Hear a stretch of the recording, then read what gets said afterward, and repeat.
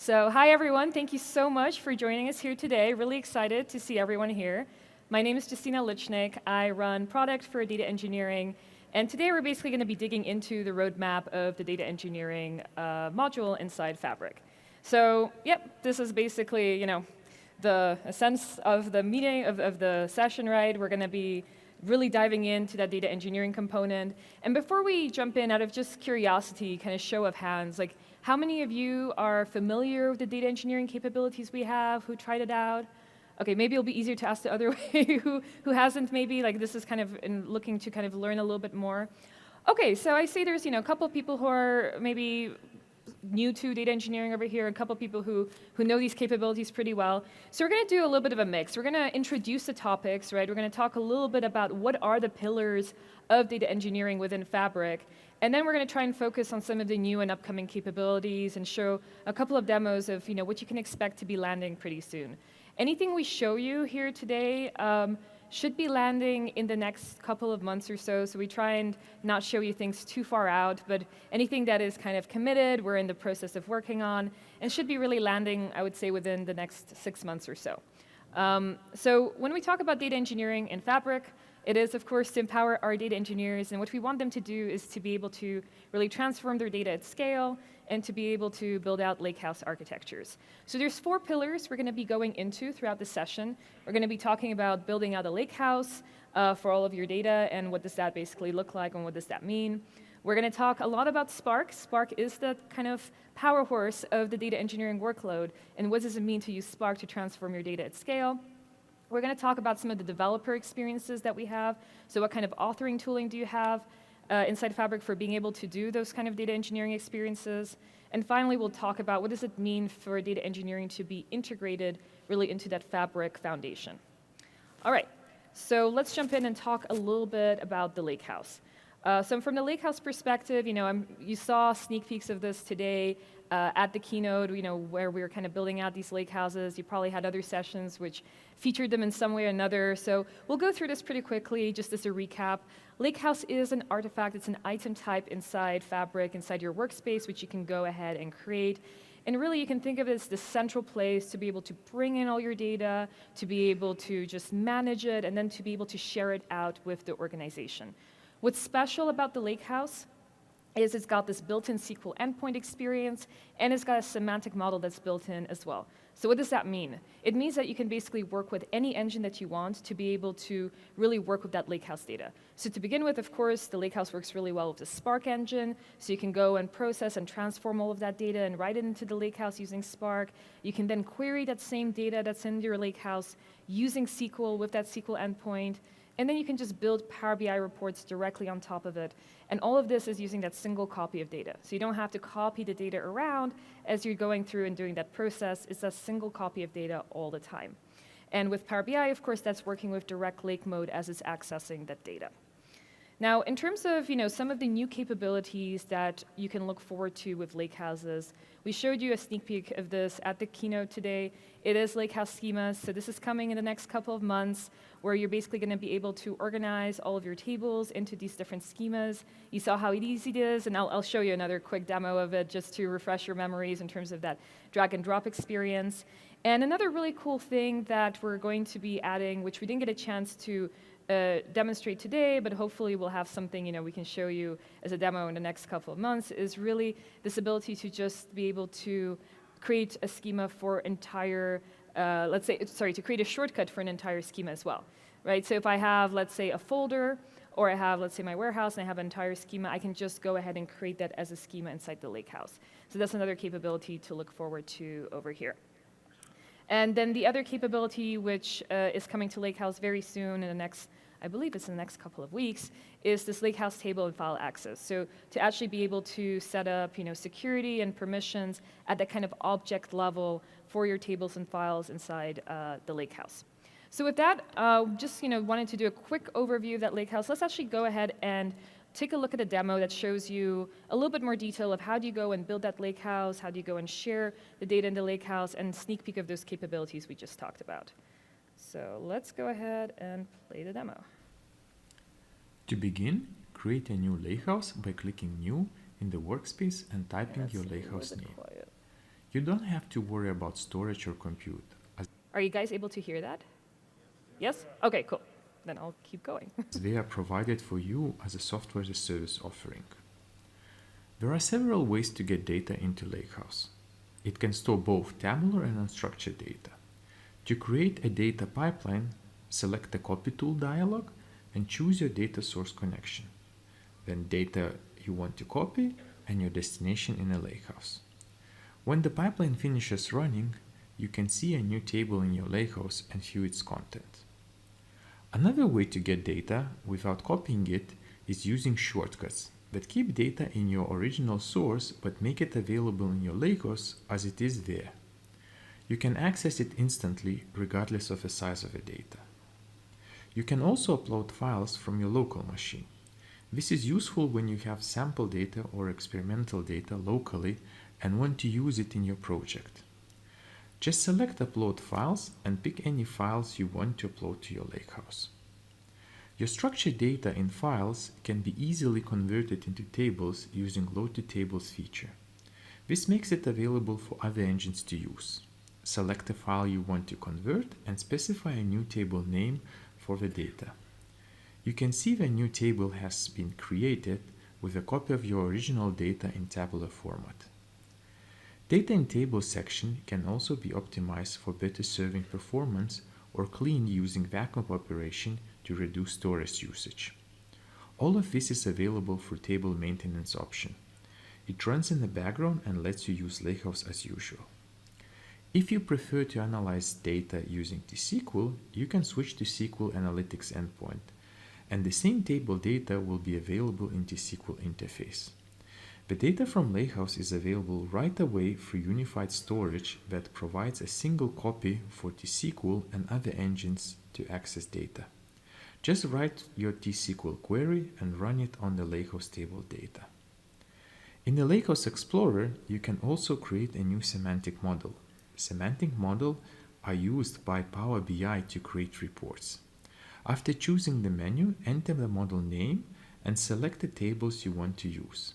Once confirmed, you can go directly to build your Power BI report that has data from Lakehouse using fast and efficient direct lake mode. You can also share your Lakehouse by giving read access to users or user groups. This way, you don't have to give people workspace roles or expose other items in the workspace. A new preview feature in Lakehouse lets you set more fine-grained access control by specifying which tables or folders a user can read. Just create a new role and select a folder that users should have access to. Once the role is created, just select it and assign users or user groups to that role to give them access to selected folders. Another new feature is Lakehouse schemas that let you organize your tables in the Lakehouse. You can drag and drop tables between schemas, create or delete schemas, and use them when referencing tables in your code. All right. So you saw basically kind of that overview of your Lakehouse. You saw some of the new features we kind of released maybe, as we were kind of going through that video, such as the table maintenance and vacuuming now available as UI gestures, as well as some of the improvements to load to tables. And then we wrapped up with some of those new features that you can look forward to, such as the object level security, as well as the schema capabilities. So that's kind of a quick overview, really, of the Lakehouse. And let's go ahead and jump into some of the Spark capabilities. And there's quite a lot of things here that we want to kind of touch upon. So the first thing is, in terms of just as a recap, every single workspace that you get essentially has Spark built into it, pre-wired, right? So when you go and let's say create yourself a notebook, you don't have to worry about, hey, do I need to create a Spark cluster? Because there's a starter pool that's ready for you. Now, the starter pools, what's special about them is they have default configurations, and they're really meant to cater to those kind of 80–90% use cases.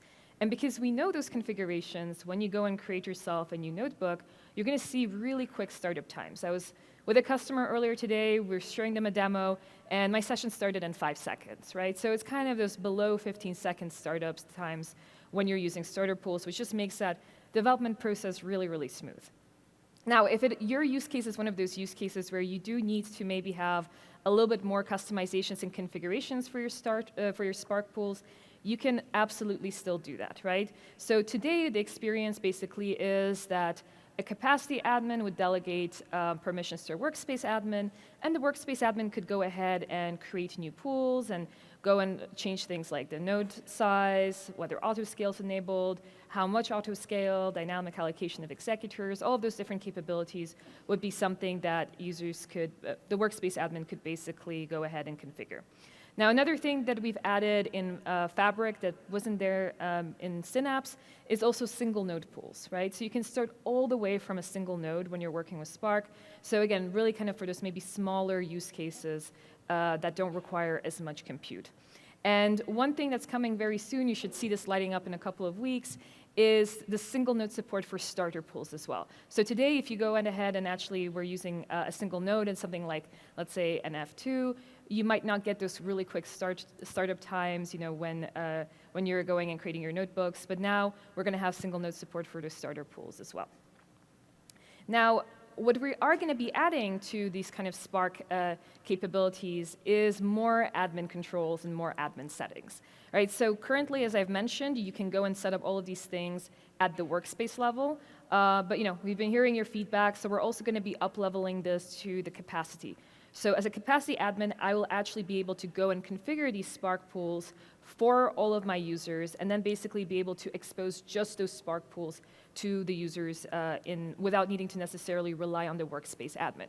So let's, for example, imagine I have a capacity and I don't want people to be going too wild on their Spark. I can go and set up the default to be a single node. That's all that people can use. And by default, every new workspace that gets created just gets that single node. And then maybe I have separate kind of carved out capacity more for my data engineers. So just want to give you more flexibility with the capabilities and configurations for those Spark pools. We're also adding a lot of APIs for a variety of kind of those management capabilities. So this is at the workspace level, but you're going to be able to basically use APIs to configure your starter pools, CRUD of your custom pools, default environment settings, high concurrency, your runtime. So you'll be able to go and configure all of that programmatically as well, which again, we know is really important if you're setting up that end-to-end data engineering project and you want to do everything through APIs. This was a missing piece that is going to be kind of letting you complete those end-to-end workflows. Okay, so this is, just as a quick recap, high concurrency, this was a feature that we rolled out a while back, but it is something that was very high in demand. And what high concurrency basically lets you do is you can go ahead and have multiple notebooks that leverage ultimately the same Spark cluster. So this means that your startup times are even more instantaneous because the session is already running. And it's also a great way of being able to save costs because you can have multiple notebooks that are essentially reusing that same cluster versus having a cluster per notebook. So then you're only paying essentially for that one cluster. Now this is available today. What's coming, again, I would say in the next couple of weeks, should be really soon, is high concurrency support inside pipelines as well. So right now this exists, thank you. I see some claps. So basically right now this exists for a user kind of working in their workspace across notebooks, but then if I want to go and let's say operationalize, I have 100 notebooks running a pipeline and I want to use that high concurrency capabilities, that's something that we're working on and is going to land, as I said, in the next few weeks. I'm kind of looking at my team over here, see if anyone's giving me evil looks, but I'm going to go with weeks / maybe months, but I think weeks. Okay, so another capability. This, we had our MVP summit last week or 2 weeks ago, and I think this is the feature I heard most about from our MVPs, which is the optimistic job admission. So basically today, if you've been using Spark inside Fabric, one behavior you might have noticed is you run out of capacity pretty quickly. So you're trying to run a couple of notebooks, and suddenly you're like, oh, I can't use any more capacity. And the reason that happens is basically what we would do when you'd go and create a notebook is we would assume you're going to need to use the max amount of cores for that notebook, and we'd go and reserve them. Now, that wouldn't actually be using your capacity, so you're not paying for those cores. But we're basically saying, hey, this notebook could scale up to, let's say, 64 cores, so we're just going to have these 64 cores reserved for your notebook. And people didn't like that because they're like, hey, well, I'm not actually using 64 cores, so I want to use a second notebook. Why aren't you letting me run it? And so with optimistic job admission, what we're basically doing is jobs are admitted with the minimum core amount, right? So if your notebook is starting from, let's say, 8 cores, we're just going to reserve the 8 cores. And then, you can basically have more and more notebooks run, and then there's basically a fair manner in terms of how these jobs scale up and are approved and rejected. And so what you should be seeing with this is you can run about 6x times more concurrent jobs at the maximum level than you're able to today. So if you have been running into some of these pesky errors where you're like, hey, I have capacity available, I'm not using all my cores, what's going on, this should hopefully solve that problem. And if it doesn't, please let me know. And coming also very soon is queuing support for notebooks that have been submitted from pipelines or a job scheduler. So, today notebooks are kind of treated in that interactive manner, but obviously if you have them scheduled or they're running in a pipeline, you want to basically treat them as, a job that's more of that kind of batch job. And so instead of just getting rejected as an interactive job, those jobs will get queued up. So if you've been seeing some kind of queuing issues, again, hopefully this is going to solve your problems. So so we're really excited about this one because I think it's going to really solve a big pain point we're hearing from all of you. Okay, so you saw a sneak peek of this at the keynote today, and this is another one we're really excited about, which is going out in public preview, and we're going to see a demo of this in just a second as well. So this is basically kind of, as mentioned before, we're trying to make it easier and easier to just be able to leverage Spark out of the box without having to be those experts in, tuning Spark. We know it's difficult, right? And not everyone is a Spark tuning expert. Out of curiosity, out of this room, how many of you guys enjoy going into the nitty-gritty and tuning your Spark? Okay, we see a couple of hands who are very dedicated. Yes, I love this, but not too many. So hopefully this will help democratize some of this for the rest of us, where basically this is specifically for jobs that are reoccurring and running on let's say on a daily, weekly basis, right? Where I have the same job that's running. We look at the queries, and there's a couple of query parameters that we're basically able to leverage machine learning to optimize over time. And what you're basically seeing in this chart is that kind of downward trend in terms of how long these queries or jobs are running, and we can see basically the job is getting more and more performant. And Estera, who is going to be the voice of this next demo, can explain this a lot better than I can. So let's go ahead and listen to Estera talk about Autotune. Setting up Spark for optimal performance, it's tough, but should be easy. That's why we made Autotune. Now, we are going to see how everyone can reduce job execution times thanks to the automatic AI-based intuition built into our Spark runtime.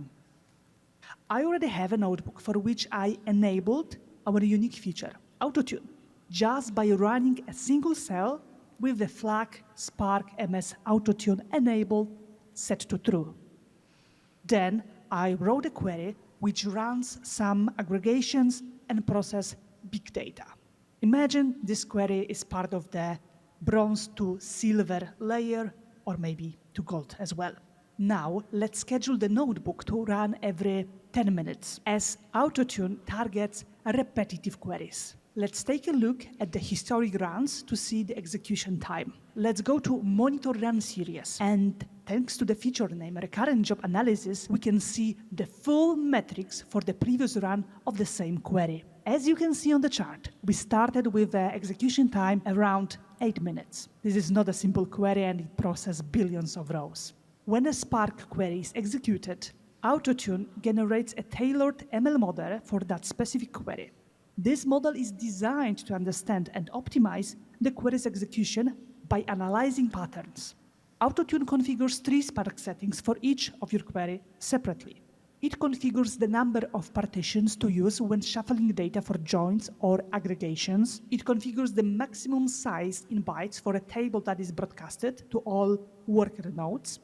Autotune defines the maximum number of bytes to pack into a single partition when reading files. To recap, Autotune automatically adjusts Apache Spark configurations to minimize workload execution time and optimize overall performance. This feature empowers you to achieve greater efficiency with fewer resources. And the best part, as of now, Autotune is available in all regions, so you can easily enable it for all your Spark notebooks and jobs. All right, so my question to all of you is please give this a try and give us feedback. Are your jobs running faster? Are you seeing that kind of downward slope? Because the best way for us to learn in terms of the sort of performance gains we're seeing is to hear from your feedback. So please do give it a try, turn it on, and let us know what kind of behavior you're seeing. Okay, so runtime. So runtime is a huge part of, again, the kind of data engineering workload. Very similarly to what you saw with kind of the starter pools, it's kind of just pre-wired to your workspace, so you don't have to do anything to set it up. And basically we try and release a new runtime every couple of months, staying up to date with various components like Java and Spark and Delta. And so, we're really excited to basically announce that we're releasing the Fabric Runtime 1.3 in what we're calling an experimental public preview. So what do we mean by that? We're trying to change the way we kind of approach these runtimes a little bit. And what we're basically going to be doing is as soon as we have something ready that works with a core data engineering scenario, we're just going to get the earliest and latest bits in your hands. Okay, so in this case, we're getting you Spark 3.5, we're getting you Delta 3, and as we go and have more components working, we're just going to continue iteratively improving that runtime. So instead of waiting until the runtime is perfect, which could take maybe another couple of months, we release it as fast as we can into your hands and then make it better over time. So again, this is something I'd love to hear your feedback on as we, as you go and try this out. Would you rather wait a little bit longer with our release and have a more complete one, or do you like this approach of, hey, we're giving you maybe the bare bones, maybe it doesn't work perfectly with all the data science scenarios, maybe it doesn't work perfectly with KQL, but it works with the Lakehouse, it works with your core Spark scenarios, but you get your hands on these early. So yeah, this is available now, so you can start trying out Spark 3.5 and Delta 3 with the latest runtime. Okay, so another capability that we launched, I believe, around Ignite in kind of that first initial public preview, and we're really excited to GA at the Fabric conference, is environments. So environments is an item that you have inside your workspace, and what basically does, it allows you to consolidate all of your kind of software and hardware settings in this kind of one place. Now, why did we release environments? Again, it was your feedback. You told us, hey, having all of these settings just at the workspace level is just too restrictive, right? You're telling me I go and set it up at the workspace, and then every notebook and every Spark job just inherits those properties. Like, I need more flexibility in my workspace. Again, I met with a customer earlier today, Horizon, where we were talking about environments, and they're like, we love the fact we can go and create multiple environments, change around some of the settings, and just try them out and see which one works best for my notebook. So with environments, you can configure your libraries, you can configure your Spark properties, your Spark pools, and basically just attach them to your notebooks, attach them to your Spark jobs, and give them a try. Now, as part of the GA, what capabilities are coming to you? So environments will now support Git integration with deployment pipelines coming very soon. So that isn't quite fully rolled out, but we're in the process of it. So very soon, full CI/CD support for your environments, API support, and we're also adding a built-in resource folder, which means that you can have a shared folder that gets shared across all of your notebooks, all of your Spark jobs, versus needing to kind of have that resource folder on a notebook-by-notebook basis. So with that, let's go ahead and actually jump into a demo and take a look at what environments looks like, and then we'll jump into a second one which shows some of these new capabilities around CI/CD. So let's go ahead and start over here. In this scenario, I'm a data engineer preparing customer review data. As part of my workflow, I need to set up a project, including installing libraries, choosing my Spark configurations, runtime, and more. To do this, I will use an environment that enables me to configure these options in a reusable way. I get started in my workspace, where I can easily create a new environment item. I'm going to give my environment a name and hit create. And in just a couple of seconds, I get navigated to the environment experience, where I can start setting things up. Let's start by installing a library I need for visualizing my customer data. I can easily find the workload library, which is getting installed from a public repo, and can specify its version as well. Next, I can easily configure my Spark compute. Since this is a small project, I select the small pool my admin has configured. And I can do a couple of further customizations like reducing the driver core and memory size. Once I'm done with all my changes, I can publish them, meaning the environment will be updated for any items it is attached to. One brand new capability that is being introduced to environments is the resource folder. This allows me to upload files that I want to make available to all notebooks attached to the environment. So I'll go ahead and create a sample data folder, and I'll upload a sample review CSV that I want to use to quickly prototype my solution. Now that my environment is ready, let's navigate to a notebook and see it in action. As I start a new notebook session and try running the cells, I'm not able to import my word cloud library. Things fail and I can see no module with that name exists. I can really easily change the environment in the top ribbon and change it from the workspace default to the customer review environment we just created. Furthermore, this environment can be attached to many notebooks in the same workspace by either myself or any of my colleagues who have access to the workspace. Once my session starts, I can now rerun my notebook cell, and we can see the word cloud library imports without a problem. On the left-hand side, we can see the environment resource folder has shown up. I can open up my sample data folder and drag and drop my sample review into a new cell. We automatically generate a code snippet that we can run and get a quick preview of the data. I can now start working on my project. As a first step, I'm going to remove the stop words from my customer review sample. As a next step, let's use our word cloud library to visualize the most common words appearing in our sample. We're going to continue some data transformations, writing out a function for calculating sentiment and extracting the sentiment for each review in our data. As a final step, I can even write back the sentiment results as another CSV into my environment resource folder. Now, my colleagues who are leveraging the same environment in their notebooks will be able to access this resource folder, including the sentiment data as well. All right, so you kind of saw, those environments in action, how you can leverage them for, thank you, for inside your projects. In this scenario, okay, wait, before the demo runs. So let's take a look at basically now, still sticking with environments, but a little bit more of that CI/CD flow. So, what you can kind of start doing now with environments getting to GA. In this scenario, I'm a data engineer preparing customer review data.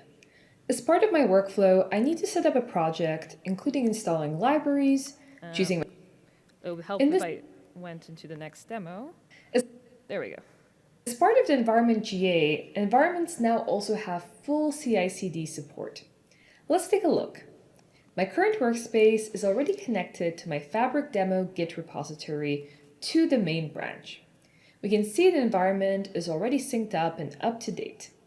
Let's take a look at the environment structure in my local IDE. Now I want to add 2 more libraries for my work. I could of course do this in the Fabric UI, but let's go ahead and keep using VS Code. I'm going to create a new dev branch to make my changes, which I'm going to call public library. This will let me make updates in an isolated place without impacting my main workspace. Let's go ahead and add 2 additional libraries I want to work with: the emoji library and the word cloud library, also specifying the versions I want to use. So now that all my updates are complete, I am now ready to commit and push my changes. I'm going to add a note specifying that I added public libraries and hit the commit button. As a final step, I'll go ahead and publish the branch. Now let's navigate over to my repo in Azure DevOps. I can go ahead and create a new pull request for the change I just made. After this pull request is reviewed, I can merge the changes back into the main branch.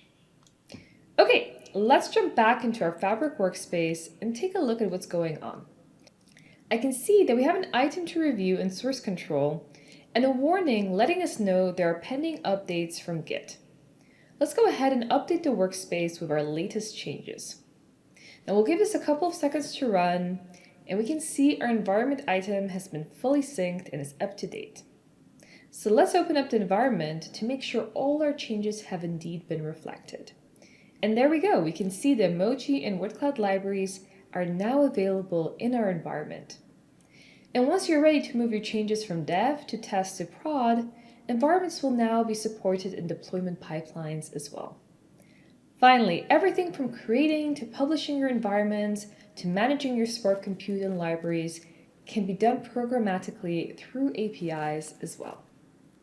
Okay, so hopefully that will, make your lives easier as you're doing your end-to-end data engineering, and you can not only go and use CI/CD with your notebooks, but also have all of your configurations, all of those libraries part of that process as well.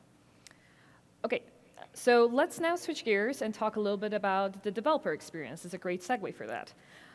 So of course, notebooks are very central. You've been probably hearing about them a lot this week. Notebooks is basically our kind of that immersive, interactive experience for doing all of your data development and authoring. And there's a ton of capabilities in there, which is, you saw the rich collaboration features in the morning. We have that real-time co-authoring, tagging. We've been also adding a lot of features recently, such as, the kind of, you might have seen, we've revamped the data frame display and improved some of those kind of summary statistics that you can see on the right-hand side over here. We've also added that resource folder that we saw earlier.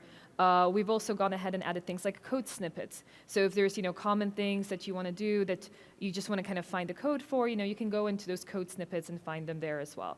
So, just a lot of small incremental changes and updates that we've been adding to the notebook. Now, another capability, maybe some of you were in the session earlier, you might have heard a little bit about Data Wrangler. This is our low-code way of being able to work with your data inside notebooks as well. So any data frame you create, you can basically start doing your transformations in more of this sort of UI experience. And we recently added PySpark support for this as well. So it's not only working with Pandas data frames, you can also work with Spark data frames as well.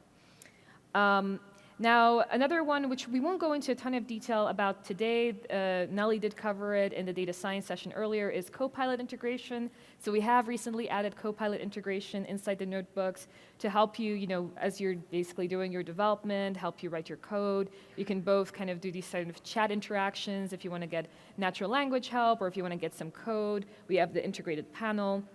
And there's a ton of other things we're planning for Copilot, which we won't get into today, but definitely expect some exciting updates on that front as well.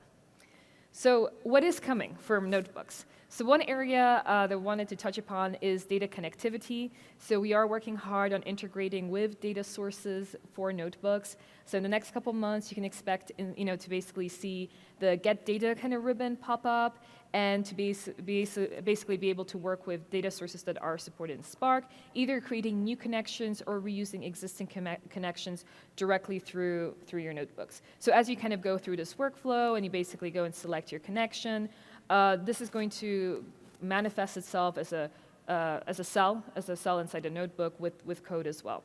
And then you'll be able to, of course, share these connections with others, preserving things like lineage. So kind of really, being part of that full end-to-end Fabric governance story. So that's one area to look forward to. Another one that we're really excited about, we talked about T-SQL earlier, the keynote. One thing we didn't talk about is Python notebooks. So we're also investing in just pure vanilla Python notebooks where, you don't necessarily need to use PySpark. It's just Python, right? So it's going to be a very Jupyter-like experience that's integrated into Fabric. It also basically starts from a smaller cores. I believe it's 2 V cores. So for those kind of really small data projects, or maybe you don't need to go into kind of the PySpark or Spark scale, this is going to be a great option for that. You'll have built-in kernels that allow you to change the different Python versions, of course tightly integrated with the BI workflow as well for Power BI. So really kind of catering towards more of the citizen, maybe data developers, data scientists, versus just working with the kind of large data volumes as well. So let's take a quick sneak peek of what this Python notebooks are basically going to look like. And let's go here. In this demo, we'll take a look at how data developers can leverage new Python notebooks for their data analysis work. Python notebooks in Fabric give users a straightforward Python experience without needing to worry about Spark. They're also a great solution for cost-sensitive projects, giving users a default configuration of 2 vCores. My Python notebook is defaulted to Python 3.10, but I can easily switch it to Python 3.11, which will work better with the libraries I want to use. I can make these changes without needing to restart my session, meaning I can continue working undisturbed. I've already uploaded some files in my notebook resource folder that are going to help me with my work. I'll start by quickly running a command to check the data size of my banking CSV that I want to use for my analysis. And we can see we're working with a small test dataset of 5 megabytes. Now I can easily drag and drop my CSV into the notebook cell, and I get an automatic code snippet that is going to load this into a pandas data frame. As I run the cell, I get a familiar data frame, which makes it easy for me to explore my data.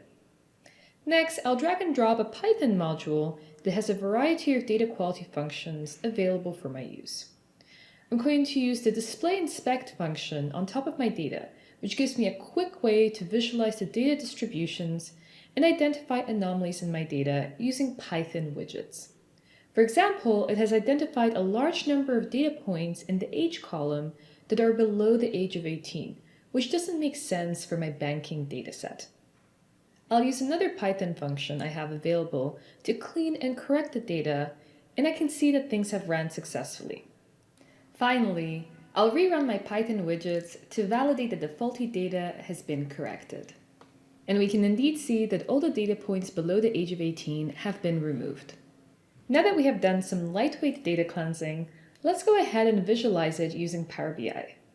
For this, we can use the built-in Quick Visualize function, which I can leverage in the notebook with no authentication or setup necessary.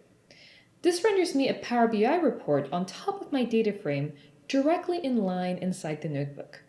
I can now make further customizations without ever leaving the experience. As a final step, I can save this output as a brand new report directly inside my Fabric workspace, which I will be able to share with others or modify further. All right, so that's a sneak peek of Python. So something to look forward to, probably more around, I said we're talking about capabilities shipping in the next 6 months. I would say that's more towards the end of those 6 months than early in the 6 months. But nevertheless, we wanted to show you a quick sneak peek of that. T-SQL, so we saw this in the keynote. We saw that we're bringing T-SQL notebooks as well. And I think you're going to see more and more of this in our strategy, right? Where we see notebooks as this kind of just central, interactive kind of authoring tool that works on top of any data that's in Fabric. That's really our vision, right? So we're going to be trying to integrate more and more of these engines and languages to work with notebooks and benefit from all the awesome notebook capabilities like we saw with the real-time collaboration and the commenting and the visualizations. So yes, this is going to work natively with your warehouses and your T-SQL endpoints. You saw how, basically we can do those cross-database querying just like you could in the warehouse. You'll be able to decouple that code and share the code away from the underlying warehouse. So again, kind of separation of concern. And as mentioned, scheduling, pipeline integration, lineage, all the things that notebooks just have will just carry over. So I do have a demo of this. It is pretty much the same one that we saw in the keynote. So again, show of hands, who would like to see the demo again because things were a bit faster? Are you guys like, hey, we saw this at the keynote, no need to go again? So who wants to see the demo again? Okay, I'm seeing a couple of hands. So then, okay, let's play it again. I think we have enough time. So let's go and go through the T-SQL demo. And yeah, okay, there we go.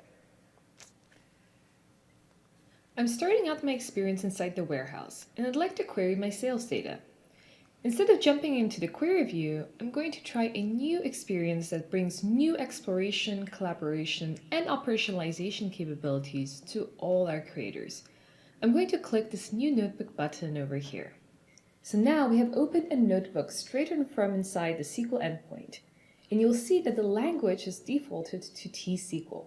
That's right, we're bringing the power of notebooks to all our T-SQL users as well. So Notebooks provides me with some awesome exploratory capabilities. To start, we can of course seamlessly query the data that is in the Lakehouse, and we get back a data frame we can explore. And I can take this even further and explore the data in a visual way. So let's customize this chart and change it into a column chart. And let's also switch out total price for quantity. And I get a brand new interactive visual directly in line in my notebook. Notebooks also provides me with some pretty cool collaboration features. So let's imagine I need to do some cross-database querying, but I want a colleague to help me with this task. Now, adding the other warehouse I want to work with is pretty easy. All I have to do is open up the One Lake Data Hub, select my sales warehouse, and it immediately pops up in the Object Explorer. But now I'm stuck and need some help. I can easily add a comment inside the notebook, asking for help with the query, and I can even tag my colleague inside. As soon as they receive the notification, they open up the notebook, and I can see their profile show up in the top right-hand corner.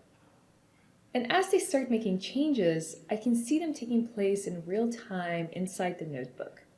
And when they run the cell, I can immediately see the output of their analysis as well. I can even see they've confirmed the query is done and everything is running correctly. And as a final step, Notebooks makes it really easy to decouple all my code from the underlying data. So if I want to just share the code without sharing my Lakehouse or warehouse, I can hit the share button, type my colleague's name, and send them a link to my notebook. Okay, so that's another, sneak peek again of the T-SQL notebooks. I'm starting. So next, okay, we talked about that interactivity with T-SQL. Another way we're working at bringing Spark and our Fabric warehouse closer together is through the Spark connector for the data warehouse. So this is really going to improve that kind of collaboration and just provide a simplified way of being able to use, a Spark connector to connect to the data warehouse. It's going to work with both user identity as well as managed identity. And for the first release, it's going to be focused on reading data from the warehouse.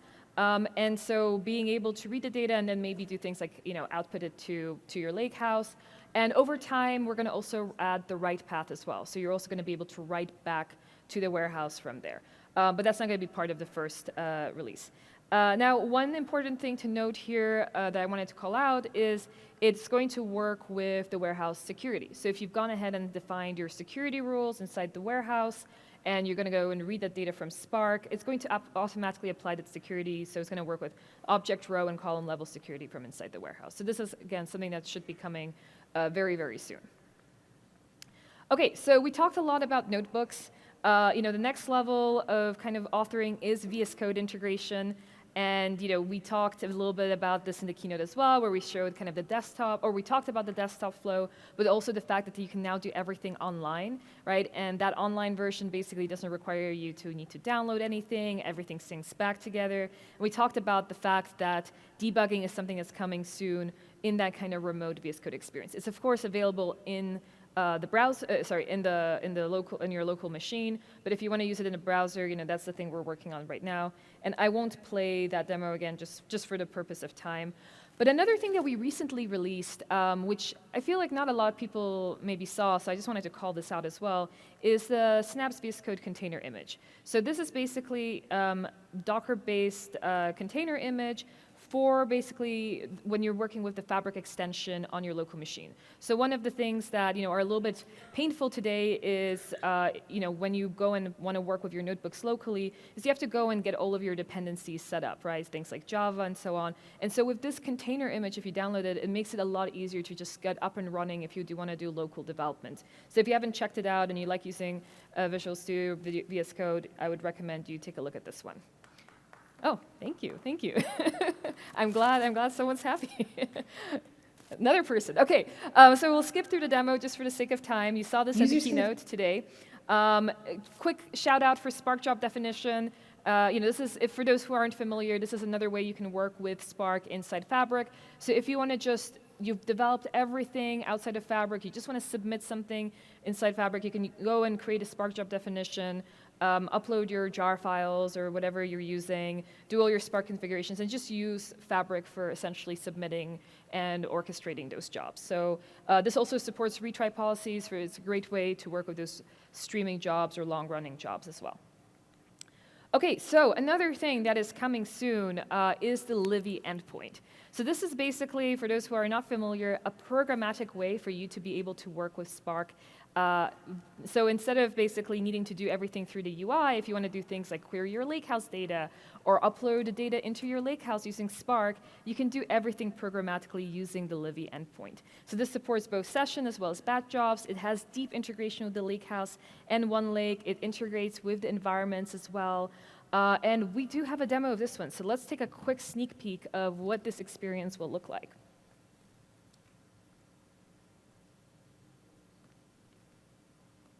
With Fabric Data Engineering, I don't even need a notebook to work with my Lakehouse data. Here I'm in Visual Studio on my machine, and I'm working inside a local Python application. No Fabric notebooks involved here. And let's take it further than just interacting with data. Let's actually do our project from scratch. So to get started, we of course need a Lakehouse we can work with. So here I'm going to write some code. I'm going to create a new Lakehouse called Livy Demo. We're going to specify the location, create the payload, and finally do the API call to create a Lakehouse. Let's go ahead and open up Fabric on the side so we can see what's going on. And as we run this, we can see in the terminal that the application is running. And in just a few seconds, we're able to see our newly created Lakehouse in the workspace along with the SQL endpoint and default dataset. So now that our Lakehouse is ready, let's jump back into Python and insert some data inside. To do this, I'll use the new Livy endpoint, which lets me programmatically run Spark. First, let's specify the Livy endpoint by passing the URL and specifying we want to run a batch job.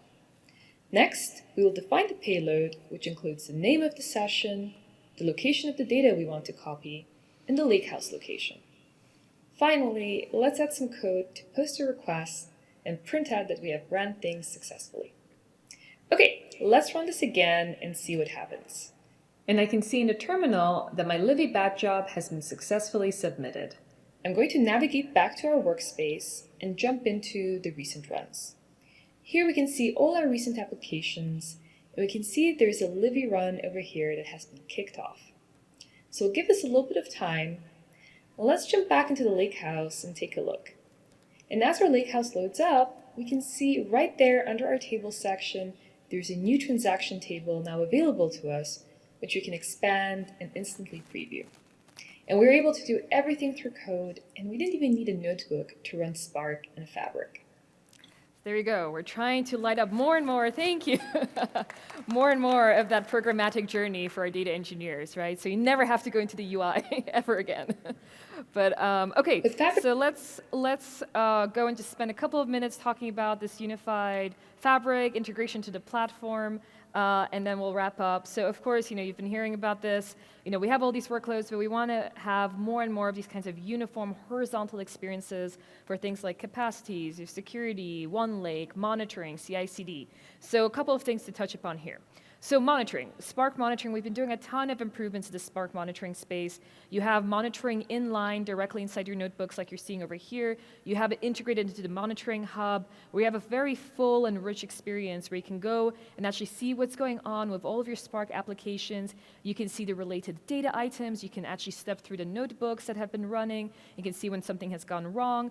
And it integrates with all the open source Spark UI and history server. So if you ever want to go into the open source capabilities, there's just a native kind of integration for that. Now, we have had a bunch of recent releases that are worth calling out. So firstly, we just added more configurations to the Spark Advisor. So if you want to hide or enable certain advice and recommendations, this is basically a capability where you might have seen if you're running your notebook, it might give you a warning that you have data skewness or things like that. You basically have more customizations for those. We have Monitoring Hub upstream and downstream views. So this is basically notebooks that are running part of pipelines. You're able to browse through all of the activities inside the pipeline to get that just richer end-to-end view.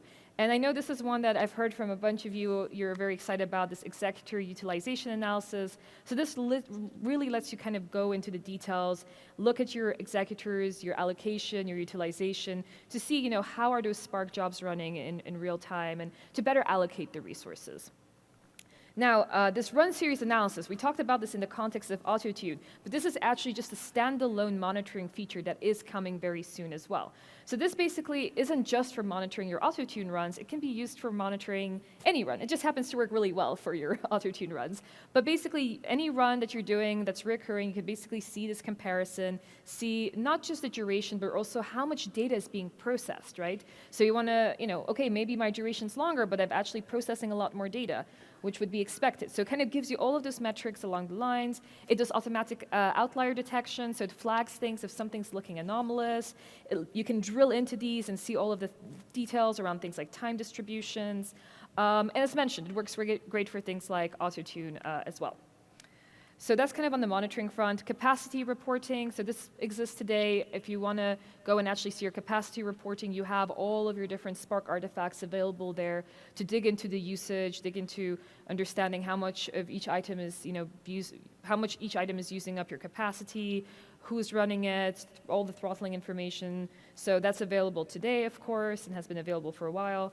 We talked about CI/CD support, so the fact that we're now supporting environments, we're supporting more things with APIs like those workspace settings, and of course things like notebooks, Spark job definitions are there, basic support for the Lakehouse as well. And finally, this is a recent release. Again, this has been something that a lot of you have been asking for, is network security for Spark. So this is basically both managed VNet support for when you're running Spark inside Fabric, but also if you want to go and connect to data that is behind, or data sources that are behind the VNet, we now support managed private endpoints as well to be able to connect to those data sources. So this is a recent release. Thank you. I believe last month. Okay, so rush through those a little bit because I do want to leave a few minutes for questions. Just a couple of sessions I wanted to highlight, as you're going through the week. So we've got, some sessions such as the data lakehouses and warehouses better together. If you want to kind of understand more about how, you should be thinking about these things. We have another one on medallion architecture, which I haven't listed here, but another great lakehouse session.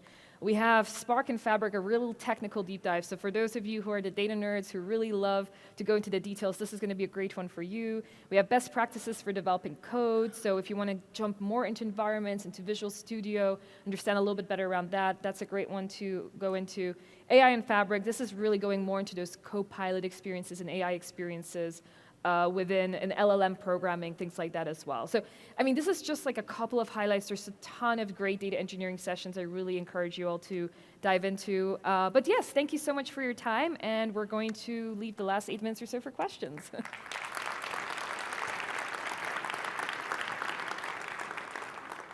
All right, and can I ask a volunteer from here to help with the mic? Thank you. Okay. So I know there was a question over here, Esther, that was earlier, so I do want to thank you. Hey, great job on the Autotune. What is the support for structured streaming for Autotuning? I will defer that to Esther, who owns the feature right here. So. You mean Spark, structured streaming, and Autotune.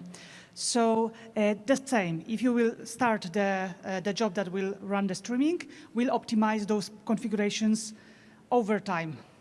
But we expect that you will run at least a couple of times of the query, even though we will run continuously. So at least we have to observe some data points, because for each query, each job, we are building separate a new ML model. So we are building ML model based on the signature. So at least we have to have a couple of data points. We'll observe what you are doing, what is the data volume, cardinality, and based on that, we'll adjust those configurations.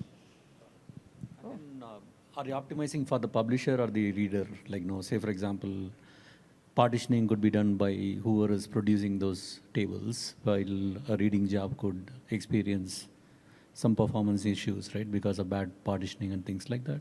So how do you handle those conflicts by multiple readers? So we are optimizing just for the publisher, meaning that the job that will lend the data here. Cool. Thank you. All right, any other questions? Sorry, Esther, for making you. Thank you. You didn't sign up quick for question. this. So in Synapse, there are some logging handlers that are supported today, so you can log your data directly from the Spark pool to event hubs or ADLS or KQL. will that also be supported in these Spark tools within Fabric? Yeah, so we're, and I'm not sure if Jenny is here, who she can give more detail, but we are working on looking at how we can integrate more closely with Kusto, which or the real-time analytics workload inside Fabric, so that we have things like logs just flowing in a lot more seamlessly. I don't think there's anything we can share right now in terms of like specific dates, but it is something that, just kind of that logging, audit logs is something that is a top of mind scenario for us. We just would love to have a better together Fabric story where, you don't have to go and necessarily worry about stitching up a bunch of things because we already support things like KQL inside Fabric. We just want to have a great end-to-end story, but stay tuned is what I would say on that one. A question from here. Thank you. I just love the data engineering product group team. You guys have like my favorite team here. You have this great synergy together. I hope this is recorded. I'm really excited about the tooling, the Jupyter notebooks, and the T-SQL and everything. And the customers I work with are with the federal government. And we've got Power Automate Desktop. We've got Power BI optimized for Power BI Report Server, Power BI Desktop for the cloud. Each and every application, VS Code, Azure Data Studio, SQL Managed, all of these data tools, each and every one of those has to be certified and approved separately, which with the government, state, local, fed, civ can take months to get those certified. I'm wondering if it might be possible for all these tools maybe to consolidate through maybe just VS Code as one application that would just be the single pane of glass for all of these tools. May not be possible, but I know it would reduce friction for a lot of our customers. No, I think that's a great point. And I think, at least on the data engineering side, we do see VS Code as that consolidated place. And I know that over time, I don't think there's something we can share right now, but over time, other Fabric workloads will also be more and more prevalent inside VS Code. And with this kind of direction of T-SQL being in, let's say, notebooks and let's say Python and might be other engines over time, because notebooks is supported in VS Code, those experiences will in some way be supported through VS Code as well, because you'll, they'll be available there as well. There's nothing I think I can share in terms of, hey, there's some grand plan of Power BI Desktop and all of these things being consolidated. I think it's really fair feedback, and I think we want to get VS Code as being that kind of tool of choice as much as possible where it makes sense. But I hear your feedback. It makes a ton of sense. Another question from Russell. Is there any plan to make the permanent views within the Lakehouse visible through the Lakehouse Explorer? And another question that I had just from your presentation is the Lakehouse roles, are they enforced in the semantic model as well? Okay, so on the first one with the Lakehouse schemas, it is something we really want to do. It just keeps missing our cut line for every semester. It's been over there, like above the cut line, like 3 semesters, and by the end, all these things come up that are just, we're like, well, we have to do these, and then it just ends up below the cut line. So I would say, please go on like ideas and vote for these things. I know we say that a lot, but honestly, with sometimes in these situations where it's like on the cusp of a cut line, it really does matter, because we're like, well, maybe we should, because we're seeing more and more interest in this. So the more feedback we get on that, the easier it makes it for us to make a case for that. And then on the object security for OneLake in terms of, so the question was basically, is it carried through to the semantic model? So if I go through Power BI, and I'm looking, is Ted over here? No, he's not. I don't know right now off the top of my head. I don't think so. I believe it is primarily for the data engineering story for the first version, so it's just for Spark. But I will double check and get back to you. But my hunch is not right now. It will be. The plan is it will get there. I just don't think it's going to be there for the first release of it. And if someone wants to correct me, feel free to do so. Question from Imant. Yeah. My first exposure to data engineering in Fabric here, we're more on the legacy ETL and on-premise database systems. I'm just wondering, is this Spark with Python supposed to replace systems like ETL to build a data warehouse? Can I use it, for example, to do change data capture things. Is that the future intent of this, or? Like, ultimately, we support both lakehouses and warehouses in Fabric for a reason, which is we want to support whatever tool set all of our users are comfortable with. So if users want to do more like Python and notebooks and work in with code, then we want to, yes, we would expect that's how you would create and author your Lakehouse. If you're more someone who's into relational data warehouses and T-SQL, that's kind of what we have, that warehouse. And I would again plug in Avinanda's session for Lakehouses and warehouses better together, because I think some of that will go into, hey, what's the differences and what should you use? But yes, for that kind of authoring flow, that is some of the intention, is to be able to give users an alternative way of thinking about building out something like a lakehouse. Yeah. Yes, I will actually, let me go back one slide. Is it on? It was on this previous slide, yeah. Hi, thanks. Great questions, everyone, and great presentation. So you showed a little bit of what you can do with VS Code. I'm a big proponent of using CI/CD processes and YAML. Are we going to be able to configure Spark right from YAML into the environment variables and workspaces? Will you be able to do that from YAML?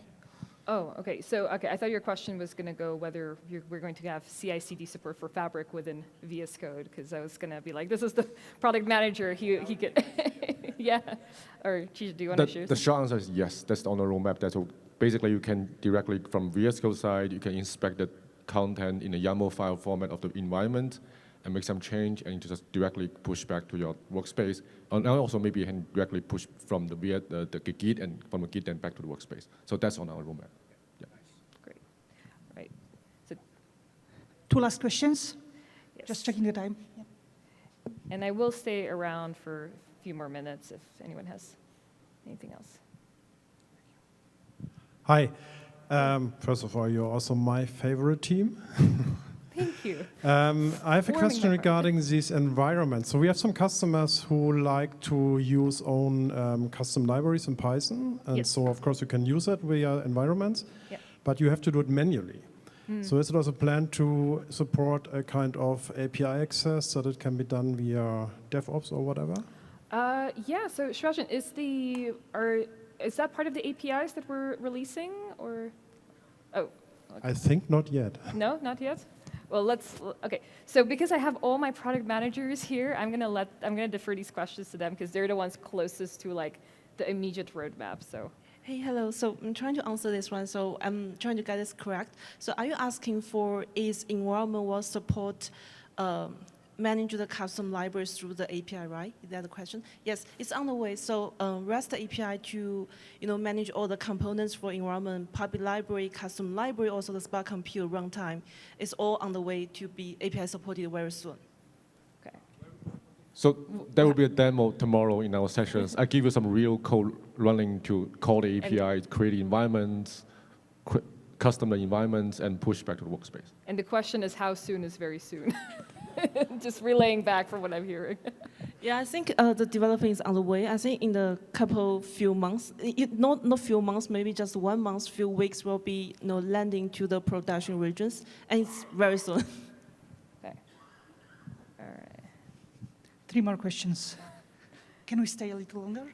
Is there another session after this? So we'll Okay, occupy. then we're good. Okay, okay. Yeah. Let's, yeah. Thanks. Actually, it was an awesome demo. So, so in our company, we use Enterprise Synapse, and we have Power BI.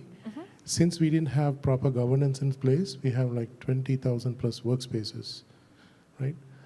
So I know that you guys are using the word workspace here as well. Yep. So how does that work? Like say this, so the way it works now for us is we have all these different workspaces connects to Synapse using a service account, right? So if we move forward with this Fabric approach, will this be like a new workspace that we will create and implement the solution? And then all these 20,000 workspaces will connect to the enterprise workspace using link? Yeah, so it's a good question. So these are separate workspaces from the Azure Synapse workspaces.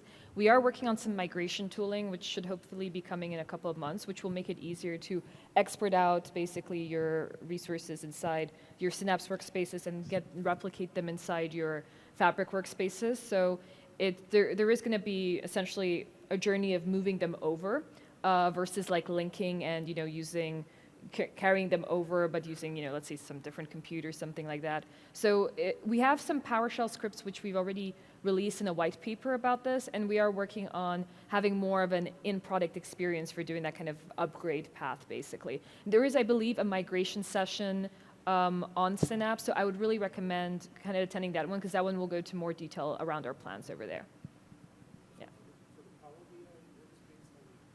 In Synapse, Power BI workspaces and Synapse workspaces are separate, yes. Hi, so as a data engineer, I might want to, in a notebook, let's say, list all like the views or tables that are in my Lakehouse. Maybe I could like loop over them and perform vacuum operations or something like that. The easiest way to do that would be using something like information schema, but that's only accessible via the SQL endpoint.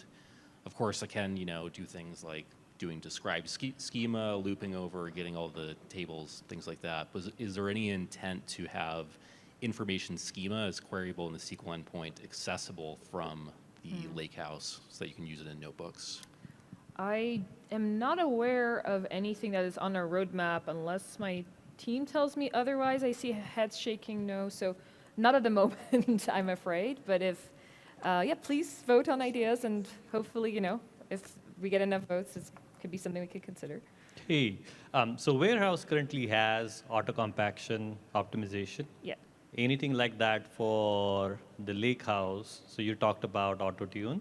Yes. Currently, you can do optimization jobs manually, but anything that's more like on the predictive side or on schedule? Yeah, it is something that we want to invest in. And I believe we're going to look at making some improvements even this semester in this space, where versus just having, right now it's kind of you have some UI gestures. We want us to be more like on, hey, maybe some new files have landed. Go and run some of these auto-optimize commands on top of this. So it is something I believe we're going to be looking at this in this semester, but I can't commit to any dates at this point. But it is top of mind. All right, and let's do two more? Okay, two more. Okay.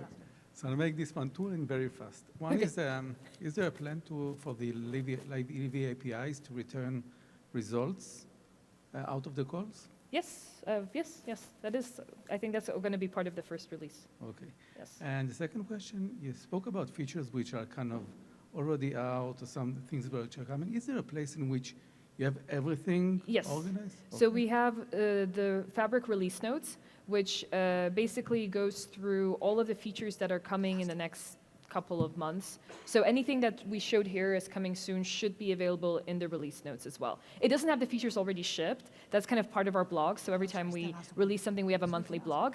But we do have a kind of that roadmap, public roadmap available across all the different areas, not just data engineering, but across all of Fabric. Thank you. So the last question is about the end game. End game? Yeah. Oh, no. So I think that's true for each and every one of us. We all have investments in Azure ecosystem. Yeah. Some kind of investment, whether it is in Spark, in Synapse, in KQL, whatnot. So are there best practices, guidance of how to migrate our existing assets into Fabric? Is the end game to have only Fabric, or will they live in parallel? Do you expect the existing ecosystem to fade away and everything will be Fabric? What's the end game going to look like? Yes. So great question. We're gonna continue supporting Synapse. So there's no plans to have it go away or anything like that. Anytime there's going to be security vulnerabilities, anything like that, we're going to go and tackle those. So it's going to be continue to be supported. Now, new features, right, are not necessarily going to be making their way back to Synapse. We have been updating the runtime in Synapse to keep that up to date, but things like, a lot of the features you saw, like high concurrency or T-SQL notebooks, those are only going to be landing in Fabric. So I would say if you're using Synapse today and you're happy with it and it's working for you, great. There's no need to, there's no pressure to move. It's going to continue being maintained. It is not going away. If you're starting a brand new project and you want some of these features that you're seeing over here, my recommendation would be to go to Fabric, because that's where you're gonna be ending up with the new features. On migration guidelines, we have a white paper, we have some scripts. We're going to be doing more in that space inside the product to make a seamless, more of a seamless journey in terms of just doing an upgrade. But I would really, again, recommend attending the migration session, which is talking about Synapse migration of Spark, of dedicated pools, of pipelines, kind of end-to-end. So there is a session, I don't know off the top of my head when it is, but I would, definitely recommend checking that one out, which will go into a lot of detail for that. And that was the last question. Let's do a big applause for extending that Q&A. Thank you everyone. I appreciate the questions.